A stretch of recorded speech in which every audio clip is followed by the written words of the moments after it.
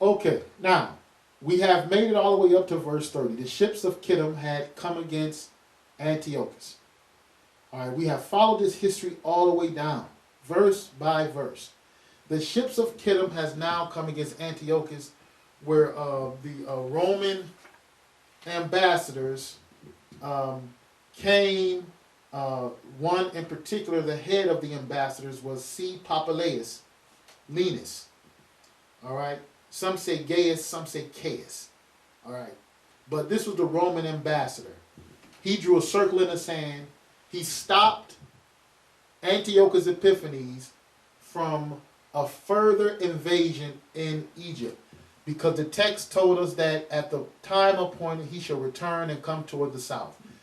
So Antiochus again began to go toward the south after he defeated the two brothers when they came together, Ptolemy the VI and Ptolemy the VII, or Ptolemy Philometor and Ptolemy Euergetes. They had joined themselves together. At this time it caused Antiochus IV, which is actually their uncle, to come and invade Egypt, and he devastated them two boys. And they sent to get help from Rome. Okay. Now, the Romans didn't necessarily come right away. It seemed hopeless, history said, for them two boys. All right, the case seemed hopeless. But now Antiochus wanted to further his attempts. The text let us know at the appointed time he shall come toward the south, but it shall not be as the former nor as the latter. Within that same year, 168 BC, Antiochus wanted to further his expedition. And this time he was found in Cyrus by the Romans. The Romans responded to the help, or they responded to the cry for help of the Ptolemies. Confronted Antiochus and said, you know what, you got to retreat and you got to give us an answer before you leave these coasts. And Antiochus did retreat. And when Antiochus retreated, he had indignation against the children of Israel now because of this defeat. He going to take it out on the Israelites. And we read that prior in history. Now we're going to look at it again in history. For the ships of Kittim, verse 30, Daniel 11 and 30, for the ships of Kittim shall come against him. This is Antiochus. All right, the Romans came against him. Therefore he shall be grieved and shall return and have hatred or indignation against the holy covenant.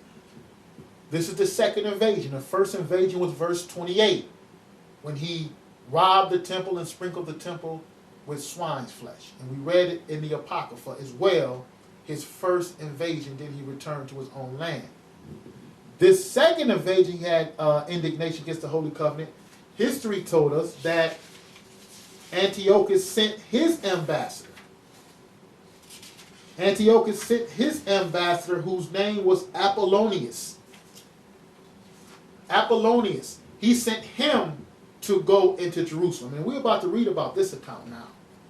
So, and he shall even return and have intelligence with them that forsake the holy covenant. This is going to take us now into Daniel 11 and 30. And down when we're dealing with Daniel 11 and 30, we understand just previously the ships of Kittim came against Antiochus. And just to confirm it, because we did read it in history, we have a lot of references for Josephus, but I didn't go to Josephus much in this teaching. We could have, however, back in the book of Maccabees. We're going to pick this up. The ships of Kittim came, stopped Antiochus, and now he's returning to do war, to make war against the children of Israel. Okay? He shall now have indignation against the Holy Covenant. Maccabees 1. Now we read about that first invasion when he took over the temple, or sprinkled swine broth in the temple. All right? Now, look at what happened next. Going back to 1 Maccabees And here we're going to go to chapter 1. And we will begin reading at verse Maccabees 1. First Maccabees chapter 1. And we're going to start reading now at verse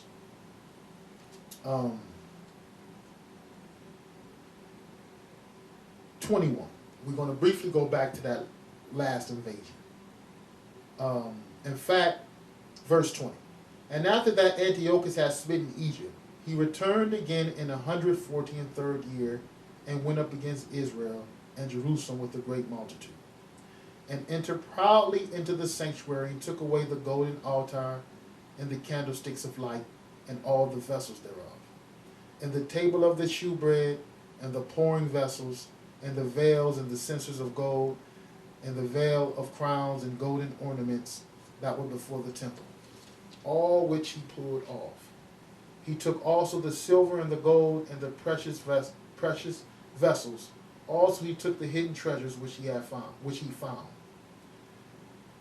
And when he had taken all away, he went into his own land, having made a great massacre and spoken very proudly. So this was the first invasion. Notice this though.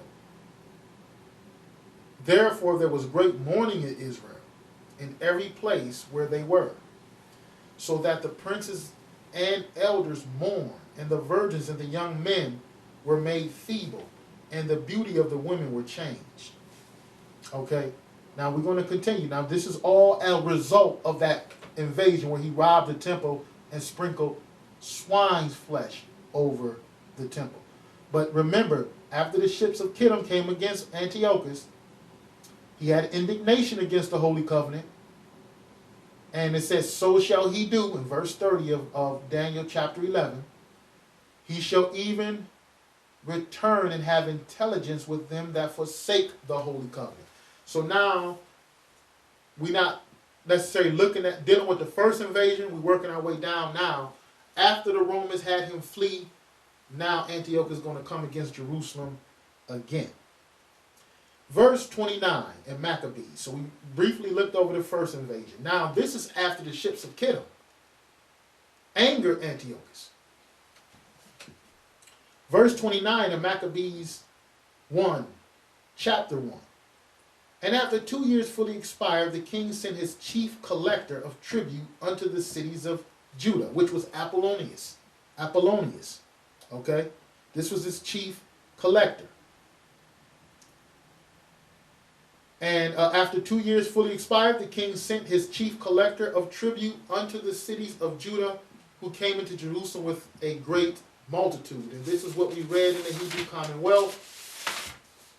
Again, page 266, chapter 10, Antiochus Epiphanes, being thus disappointed in his disgrace against Egypt, and returning from that country in disgrace. Why? Because the ships of Kittim came against him. His chief collector of tribute, Apollonius, with a division of 22,000 men from his army, to vent his rage on the city of Jerusalem. Apollonius arrived in Jerusalem in 167 BC. And this is what we're reading about here in the Apocrypha. Verse 29. After 2 years, verse 29, the king sent his chief collector of tribute unto the cities of Judah, who came to Jerusalem with a great multitude. According to history, he had an army of 22,000 men. Okay? Now, verse 30. And spake peaceable words unto them, but all was deceit. Okay? All was deceit. For when they had given him credence, he fell suddenly upon the city and smote it very sore, and destroyed much people in Israel. Because just like verse 30 said, he had indignation against the Holy Covenant. However, notice, Antiochus shall have intelligence or allegiance with them that forsake the Holy Covenant. Who are they that forsake the Holy Covenant? Notice, the book of Maccabees will explain this to us. Now he came in with peace according to Maccabees, 1 Maccabees 1 and 30, and smote the city very sore. Verse 31, and when he had taken the spoils of the city, he set it on fire and pulled down the houses and walls thereof on every side. But the women and the children took they captive and possessed the cattle. Then builded they the city of David with a great and strong wall, and with mighty towers, and made it a stronghold for them. Now remember, he's going to have intelligence against those that forsake the Holy Covenant. Right now, he's terrorizing the city. But notice how he was able to really do this. And they put therein a sinful nation, wicked men, and fortified themselves therein. They stored it also with armor and victuals. And when they had gathered together the spoils of Jerusalem, they laid them up there, and so they became a sore snare. For it was a place to lie in wait against the sanctuary, and an evil adversary to Israel. So this is the terror that they bring on Israel. Verse 37. Thus they shed innocent blood on every side of the sanctuary and defiled it. This is fulfilling 30. He had indignation against the covenant. All right. But notice, one of the reasons why he had indignation against the covenant because of his defeat. However, though, it declared to us he had intelligence, okay, with those who forsook the Holy Covenant. Now let me just confirm that. Let's go into 2 Maccabees chapter 4. All right, let's just confirm that right away. Verse 30 said he had intelligence with them that forsake the Holy Covenant. So we see the devastation he bringing. But now with 2 Maccabees chapter 4, and I believe I want verse 13. 2 Maccabees 4 and 13 tells us, now such was the height of Greek fashions, and increase of heathenish manners, through the exceeding profaneness of Jason, that ungodly wretch, and no high priest, that the priest had no courage to serve any more at the altar, but despising the temple and neglecting the sacrifices, hastened to be partakers of the unlawful allowance in the place of exercise, after the game of discus called them forth. Not setting by the honors of their fathers, but liking the glory of the Greeks best of all.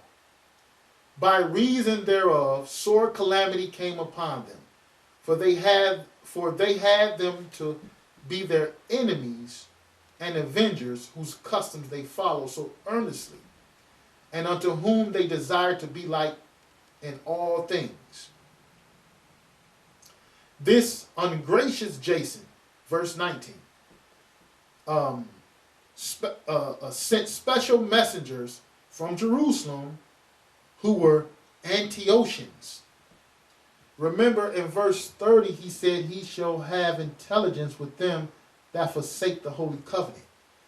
We see now Jason, the wicked Israelite who was supposed to have been a high priest, sent special messengers to from Jerusalem who were Antiochians to carry 300 drachmas of silver to the sacrifice of Hercules, which even the bearers thereof thought fit not to bestow upon the sacrifice, because it was not convenient, but to be reserved for other charges.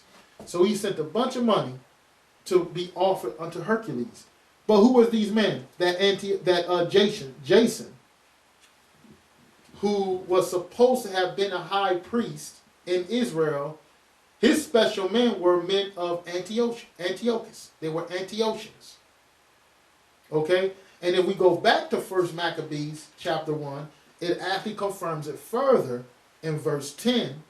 In 1 Maccabees 1 and 10, it says, "And there came out of them a wicked root, Antiochus Epiphanes, son of Antiochus the king, who had been an hostage at Rome, and he reigned 137th year of the kingdom of the Greeks. In those days went there out Israel wicked men, who persuaded many, saying, Let us go and make a covenant with the heathen that are round about us, for since we had departed from them, we have had much sorrow. So this device pleased them well. Then certain of the people were so forward therein, that they went to the king, who was Antiochus, who gave them license to do after the ordinance of the heathen." And that's verse 13, whereon they built a place of exercise at Jerusalem according to the customs of the heathen. And we just read that Jason had the people, instead of the priests ministering in the temple, they out playing the Greco-Roman games. Okay? Just as he said, he shall have intelligence with them that forsake the holy covenant. Antiochus had men inside of Jerusalem who was on his side. Verse 31 also continues to explain to us that arms shall stand on his part, or the military shall stand on the behalf of Antiochus IV. And they shall pollute the sanctuary of strength, and shall take away the daily sacrifice, and they shall place the abomination that maketh desolate. And people, all this time we've been reading about Antiochus, his invasion now. After the Romans stopped his plans, he with anger went and invaded Jerusalem. He sent Apollonius first to invade. They came with peace. At the same time, they had intelligence with certain Israelites, Jason, naming one of them, and other Israelites who the Apocrypha said that they were forward to consent unto Antiochus, to learn the ways of the heathen. So just as he said, he had intelligence with them that forsake the holy covenant. And arms shall stand on his part. Let's go on to 2 Maccabees chapter 5. 2 Maccabees chapter 5. Arms shall stand on his part. In fact, yeah, let me just get it from out of this one. 2 Maccabees 5. Armies shall stand on the behalf of Antiochus. Starting at verse 11. Now when this that was done came to the king's ear, he thought that Judah had revolted. Whereupon, removing out of Egypt in a furious mind, he took the city by force of arms, and commanded his men of war not to spare such as they met, and to slay such as went up upon the houses. Thus were the killing of the young and old, making away of men, women, and children, slaying of virgins and infants. And they were destroyed within the space of 3 whole days. 80,000, whereof 40,000 were slain in the conflict, and no fewer sold than slain. So remember, in these invasions, Antiochus is killing these Israelites, sending them off in slavery. Killing these Israelites and sending them off in slavery. What is that first and second invasion? What is this telling us? The armies was on behalf of Antiochus. The strength was in his power. This is what we are learning. Strength was in his power. All right? Now, let's go back to 1 Maccabees. Killing Israelites, having them slain in the first invasion and in the second.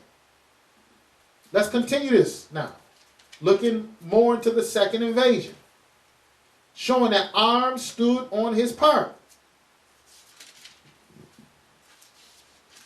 1 Maccabees 1, and now we're going to begin at verse 41. Because remember, arms shall stand on his part, and they shall pollute the sanctuary of strength. And they shall take away the daily sacrifice, and they shall place the abomination that maketh desolate. Now we start at verse 41. verse 41. It reads, "Moreover, King Antiochus wrote to his whole kingdom that all should be one people." This is during the second invasion. "And everyone should leave his laws. So all the heathen agreed according to the commandment of the king." Yeah, many also of the Israelites consented to his religion and sacrificed unto idols and profaned the Sabbath. Remember, he shall have intelligence with them that forsake the holy covenant. This is what we're reading. Verse 46. I'm going to read from 45 again. And in fact, I'm sorry, I went down too far. He said the king, they shall be one people. Everyone shall leave the laws of the heat. Everyone shall leave his laws. All right. Verse 41. "Moreover, King Antiochus wrote to his whole kingdom that all should be one people, and everyone shall leave his laws. So all the heathen agreed according to the commandment of the king. Yeah, many also of the Israelites consented to his religion and sacrificed unto idols and profaned the Sabbath," according to verse 30. Again, he had intelligence with those who forsook the covenant. Verse 44. "For the king has sent letters by messengers unto Jerusalem and the cities of Judah, that they should follow the strange laws of the land, and that they forbid burnt offerings and sacrifices and drink offerings in the temple, and that they should profane the Sabbaths and festival days, and pollute the sanctuary and holy people, set up altars and groves and chapels of idols, and sacrifice swine's flesh and unclean beasts." This is the decree he's sending throughout the land, and many Israelites consented to this religion, and these are the ones who Antiochus have intelligence with in verse 30. "Now the arm shall stand on his part," in verse 31, "and they shall pollute the sanctuary of strength, and shall take away the daily sacrifice." And people say this is the antichrist, but they claim that the Jews, who so-called Jewish people who are Ashkenazi, are to rebuild the temple in Jerusalem. Well, we all can agree that these people are an abomination. So how can they build the sanctuary of strength? Here we're talking about the sanctuary of strength being polluted in verse 31 here. If you don't know, you need to know now that the very stone, soon any Ashkenazi Jew begins to build a temple in Jerusalem, the first stone he laid is none other than polluted. When he finished, if he finished building this temple, it's polluted. So they can build a temple all day. I don't care if they don't find the red heifer, it don't matter. Daniel 11 not talking about that. Because they will not build the sanctuary of strength. They might build a temple, who knows? A lot of the theologians say they are, and they very well might. But if they do, and if they will, the scriptures that people are using to support it just don't support it. Okay? And if they do build the temple, it will already be polluted. So this wouldn't even apply, that they shall pollute the sanctuary of strength and take away the daily sacrifice. That wouldn't apply to them, because Jerusalem is polluted already. The temple, Jerusalem is polluted now. The temple that the Ashkenazis shall build will already be polluted. So it won't take no pope to come and pollute the sanctuary of strength. But if this is talking about Antiochus, when the Levites were still in their courses, there was still some sanctity to the temple, even though Jason and Menelaus already started to assault the temple. Okay? They were still able to clean it up and sacrifice it even after Antiochus' first invasion, because you had the Levites to do that. They ain't got no Levites today. Everything that they do, pertaining to building the temple is already polluted. That by no means apply to Daniel chapter 11 and verse 31. But you got these false prophets and they students, and that's the only verse they read. They run out here to Daniel chapter 11 verse 31, and they say this is the Pope. He shall do terrible things in the earth. No. What we reading about here is the armies who strengthened Antiochus, and he polluted the sanctuary of strength and shall take away the daily sacrifice. And Jerusalem itself is Yah's sanctuary, is the Creator's sanctuary. And what was he doing to Jerusalem?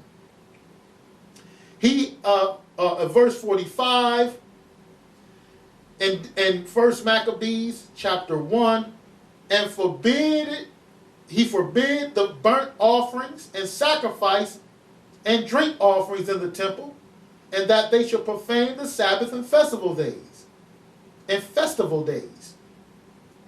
and pollute the sanctuary and holy people. This is what Antiochus decreed, to pollute the sanctuary and holy people, according to Maccabees. The Maccabees are saying this is Antiochus who polluted the sanctuary, and the Israelites, who at that time knew they were Israelites, who at that time knew that they came from the sons of Aaron, who at that time were able to sanctify the temple. Okay? It was them who was polluted. It is them who's Daniel calling the saints. All right? So Antiochus made this decree to set up altars and groves and chapels of idols, verse 47, and sacrifice swine's flesh and unclean beasts. So it said here that the king sent these letters that they should follow the laws of the land in verse 44 and forbid burnt offerings, just like we read in Daniel 11 and 31. They shall pollute the sanctuary of strength and take away the daily sacrifice. He started to forbid burnt offerings and pollute the sanctuary and holy people.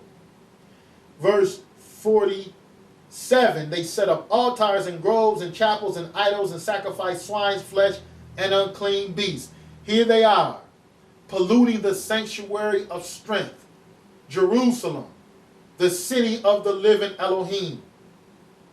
This is what Antiochus IV is bringing upon Jerusalem. Now, why wouldn't Daniel talk about this?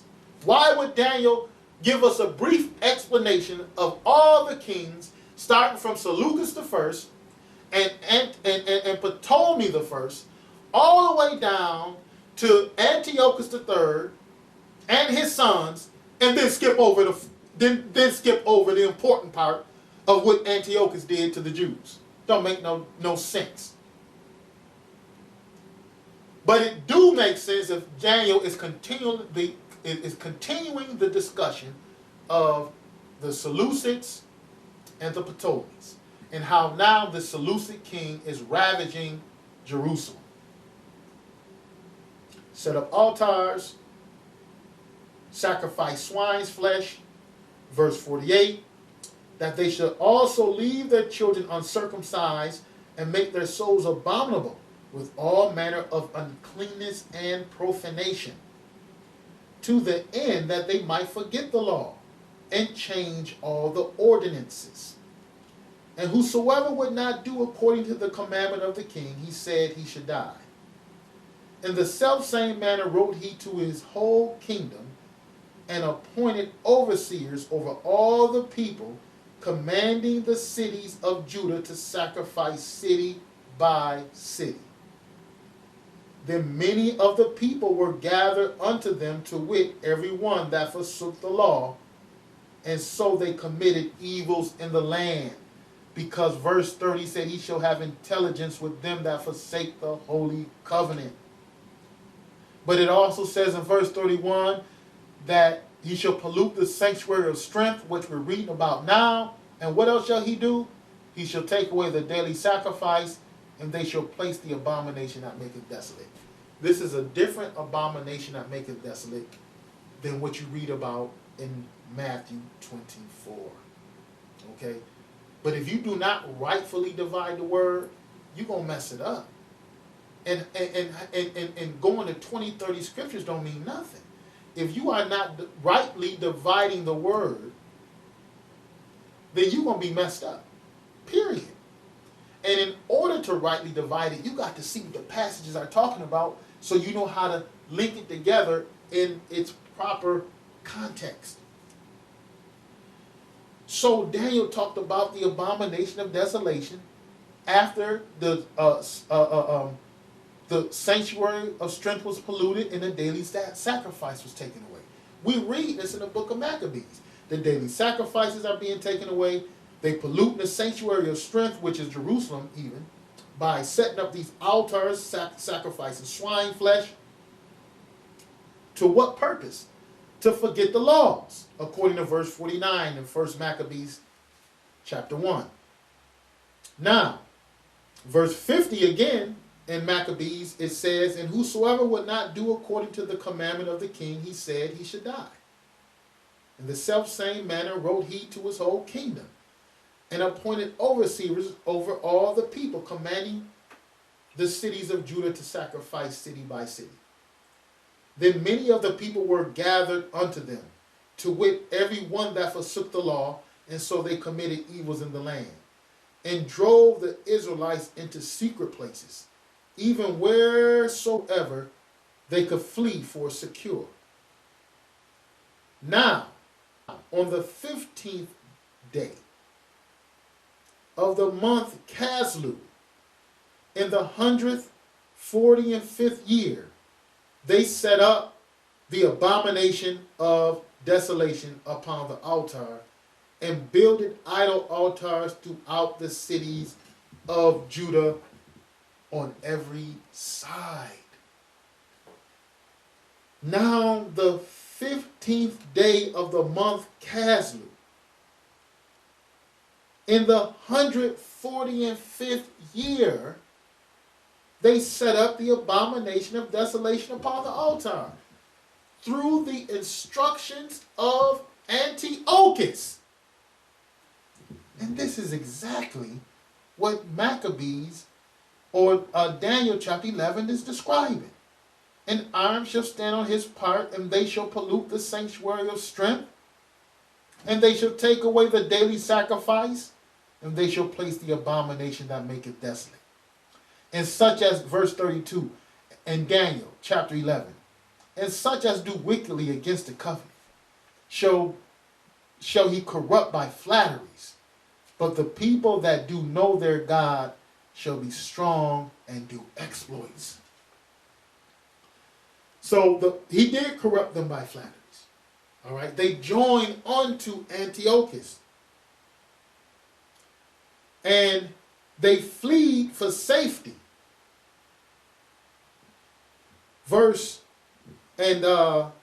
They set up the abomination of desolation. Maccabees, 1 Maccabees chapter 1, verse 54. And we're going to continue. Verse 55. And burnt incense at the doors of their houses and in the streets. And when they had rent in pieces the books of the law which they found, they burnt them with fire. And wheresoever was found with any the book of the testament, or if any consented to the law, the king's commandment was that they should be put, or that they should put him to death. Thus did they by their authority unto the Israelites every month, to as many as were found in the cities. Now in the 25th day of the month, they did sacrifice upon the idol altar, which is upon the altar of God. They sacrifice upon the altar. At which time this is verse 60, at which time according to the commandment, they put to death certain women that had caused their children to be circumcised. And they hanged the infants about their necks, and rifled their houses, and slew them that had circumcised them. Howbeit many in Israel were fully resolved and confirmed in themselves not to eat any unclean thing. This is confirming what we're reading in verse 32. Such as do wickedly against the covenant shall be corrupted by flatteries. All right, they're going to have favor with Antiochus. But the people that do know their God shall be strong and do exploits. And it's letting us know here, many in Israel were fully resolved and confirmed in themselves not to eat any unclean thing. Wherefore they chose rather to die, that they might not be defiled with the meats, and that they might not profane the holy covenant. So then they died, and there was very great wrath upon Israel. Very great wrath upon the children of Israel. Okay?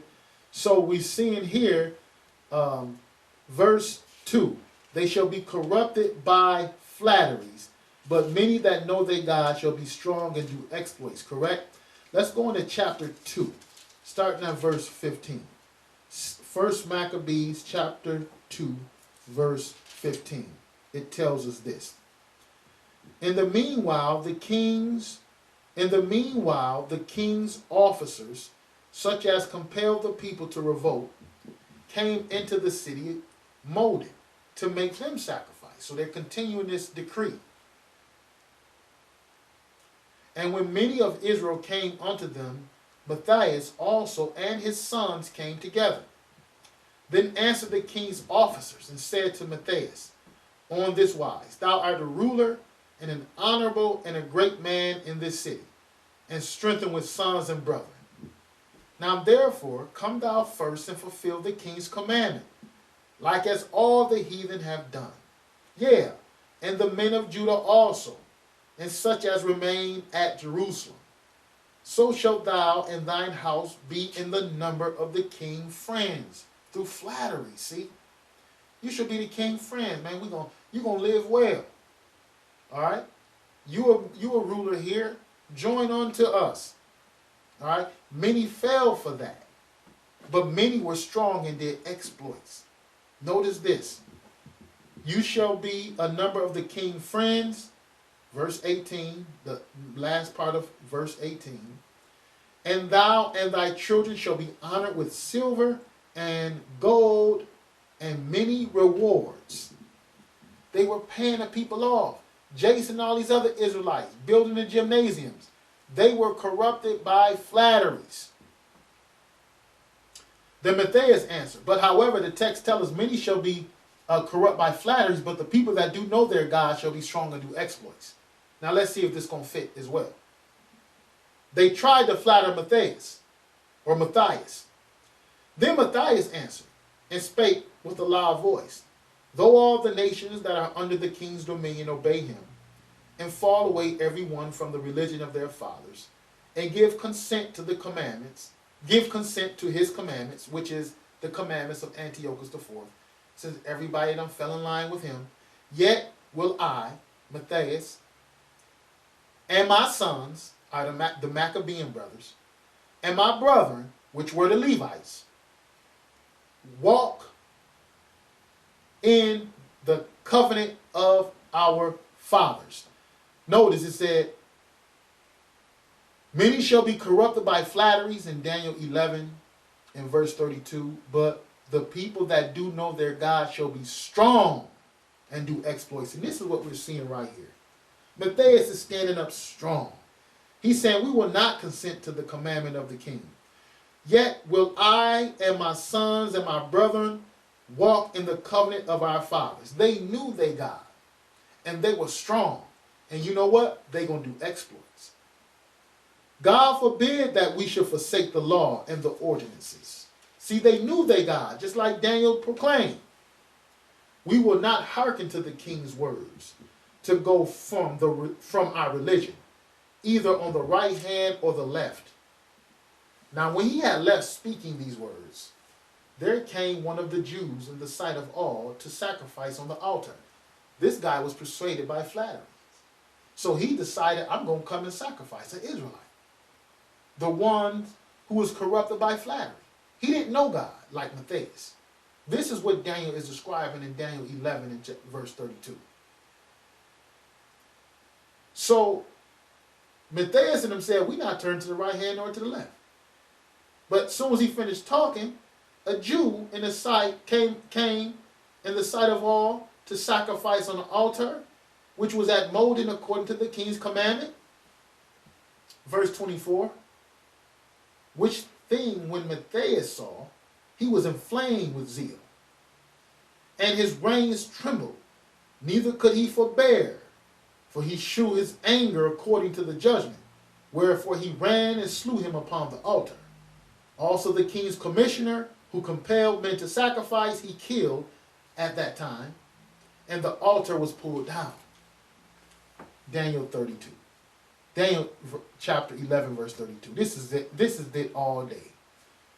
Such as do wickedly against the covenant shall be corrupt by flattery. The persuasion of gold and silver, becoming a king's friend.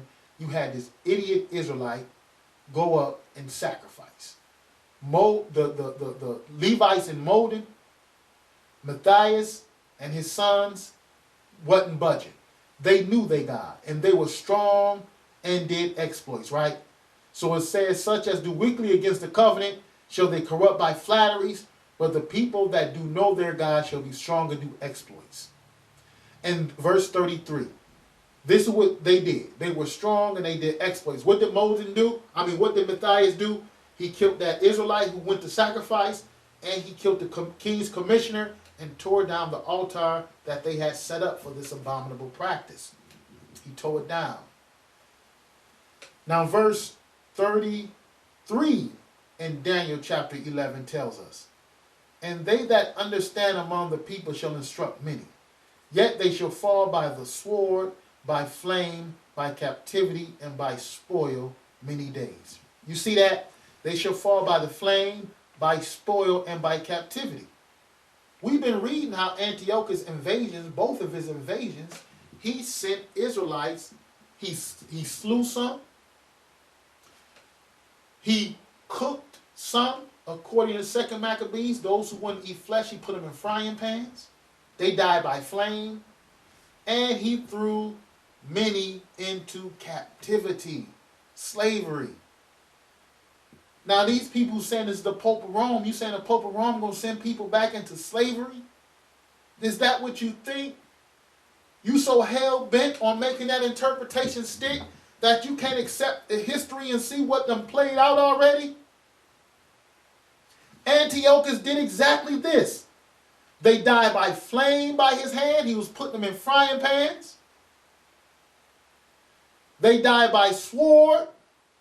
And they were led off into captivity, and they were spoiled many days. Their houses was rifled and ravaged. We've been reading this in the book of Maccabees. In 2 Maccabees, the woman who wouldn't eat swine's flesh. Let's look at it. Because he said by flame, didn't he? Let's go into 2 Maccabees. Notice this here. 2 Maccabees chapter 5. They are so hell-bent on making their prophecy be believable that they will totally ignore over 2,000 years of history just to make their prophecy fit. Now 2 Maccabees 5. That's what I want. 2 Maccabees 5. I'm almost there. This is what we begin to see in 2 Maccabees 5. Starting at verse 21. It reads, ye have heard that it was said, I'm sorry. I done went too far. 2 Maccabees 5. 2 Maccabees 5, and I want to start at verse 21. 2 Maccabees 5 and 21. So when Antiochus had cried out of the temple, and when Antiochus had carried out of the temple 1,800 talents, he departed in haste to Antiochia, weaning in his pride. And he left governors to vex the nation. At Jerusalem, Philip, for his country, a Phrygian, and for manners more barbarous than he that set him there. And at Gerizim, Andronicus, and besides Menelaus, he was an Israelite, who worse than all the rest, bearing heavy hand over the citizens, having a malicious mind against the countrymen of the Jews. Okay, verse 24. He sent also that detestable ringleader Apollonius, which is the tax collector, with an army of 22,000, commanding him to slay all those that were their best age, and to sell the women and the younger sort. Sell them where? Kill by the sword and slay. This was Apollonius. This was the second invasion. This was the tax collector. He was sent with 22,000, according to verse 24, to slay those that were of their best age, the young people. He slayed with the sword. And to sell the women and the younger sort. So, sell them where? Into slavery. Just like Daniel said, they shall fall by sword, by flame, and by captivity, and by spoil many days. All right. So this was breaking down the slavery and being killed by the sword. All right. Now I want to go a little further because I did mention the flame as well. Now we're going to go into chapter 6. Maccabees chapter 7 and verse 1. Then it came to pass that 7 brethren with their mother were taken and compelled by the king against the law to taste swine's flesh, and were tormented with scourges and whips. But when one of them spake first, said thus, What wouldst thou ask or learn of us? Remember, those who do know their God shall be strong and do exploits. That's what Daniel said in verse 32 of chapter 11 of the book of Daniel. So these people are holding strong. And notice what they said in 2 Maccabees chapter 7 verse 2. It says, We are ready to die rather than to transgress the law of our fathers. Then the king, being in a rage, commanded pans and cauldrons to be made hot, which forthwith being heated, he commanded to cut out the tongue of him that spake first, and to cut off the uttermost parts of his body, the rest of his brethren and his mother looking on. Now when he was thus maimed in all his members, he commanded him, being yet alive, to be brought to the fire, and to be fried in the pan. And as the vapor of the pan was for a good space dispersed, they exhorted one another with the mother to die manfully, thus saying. And they began to give their prayers. But what happened? They heating up frying pans, man. Cauldrons. Cutting these Israelites' limbs off to eat pig. And they refusing to eat pig. And everyone who is refusing to eat pig, what did Daniel say about them? Such as do wickedly against the covenant shall be corrupt by flatteries. That is to this day. People who do wickedly against the covenant of the laws of God, they're corrupted by flatteries. They turn their back on God's law for the luxuries and delicacies of the Greco-Roman culture. But those that do know their God are strong and do exploits, just like they did. This is what they were doing. And he said, they said, let us die manfully. Okay? And it tells you, verse 33, they that understand among the people shall instruct many, yet they shall fall by the sword. We read that in 2 Maccabees, chapter 5. They fell by the sword.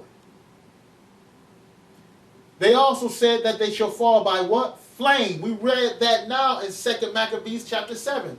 By flames of fire. They were being cooked and cauldrons and pans. And how else? They shall also not only fall by, verse 33, they shall fall by the sword, by flame, they was cooked in frying pans, and by captivity, and by spoil many days. They were being pillaged and robbed, and they was going into captivity. The women and the children were being sold into captivity. You saying that the Pope won't do this? No, we're reading Antiochus did this during his tyranny against Jerusalem in his second invasion. But many, now when they shall fall, they shall be hoping with a little help, but many shall cleave to them with flatteries. Now we're going to pick this back up. Starting at verse 34, we're going to show you that many shall fall, but they shall be helping with a little help. You know who that is?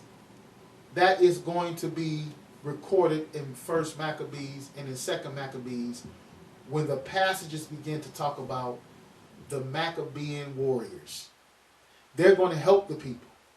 The people shall be helping with that small band of guerrilla fighters, and they are going to come and aid the people. All right? And we shall pick it up there. We're going to take another break, and we're going to pick it back up there with the Maccabees coming and the sons of Matthias fleeing off into the hills, and the people of Israel finding security and sanctuary among these Maccabean warriors. So far we have seen it is dealing none other with Antiochus Epiphanes and his invasion against Jerusalem. We had to take this route step by step, verse by verse in Daniel chapter 11, so we can see if we are being lied to by false prophets. So bear with us, and we will pick it back up in verse 34 of the book of Daniel, chapter 11. We're going to be picking it back up at verse 34, okay?